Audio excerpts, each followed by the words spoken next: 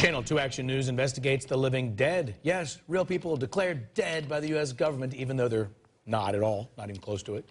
Channel 2's Justin Gray live in D.C. And Justin, this can mean huge headaches if this were to happen to you. Well, Justin, just imagine if you're a senior citizen and all of a sudden the Social Security checks just stop coming. Then you check and your bank account is locked up. Your credit cards are frozen. It happens every month, and people are left with very few alternatives. According to the U.S. government, Gloria Osby died 6 months ago. I'm not dead. I'm very much alive. But Social Security declared her officially dead back in May. And it's like she don't even exist anymore. Suddenly, her Social Security check didn't come. Her home nurse stopped showing up, and the medication she takes for her seizures couldn't be filled. You can just click of a button and you're dead. No medicine, no nurse coming out. At Brigham and Women's Hospital in Boston, Dr. Thomas Lee learned his patient was dead when filling an online prescription.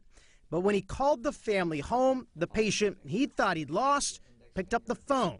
To hear his voice, it was like creepy. His patient also incorrectly declared dead by Social Security. So he couldn't fill his prescriptions. Dr. Lee started researching the problem and wrote about it in the New England Journal of Medicine. It happens about as often as death by homicide by gun. We wanted to know why it happens. Rona Lawson has been tracking this for years at the Social Security Administration Inspector General's office, and she says it's a pretty basic issue of human error. Where the Social Security employee is keying it into their computer and they just put it to the wrong person's name. 90% of the time, the mistake happens when a spouse dies. That was the situation with Dr. Lee's patient. Adding insult to injury, or injury to injury is probably more accurate. In Osby's case, the input error likely came when she changed her address, but the Inspector General says these mistakes aren't happening as often as they used to, dropping from 1,000 people a month 5 years ago to about 500 a month now. But if you're one of those people, it has a big impact on your life. That's because Social Security shares the death information with everyone from Medicare to your bank.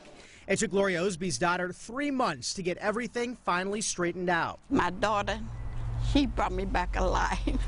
The Social Security Administration says if more states would send in more death data electronically, it would help reduce the number of mistakes. And that will fix a lot of the problem, but we're not there yet. And that means every day people like Gloria Osby find themselves having to prove the most basic of facts. I'm living, I feel good. It just took a while to convince the U.S. government.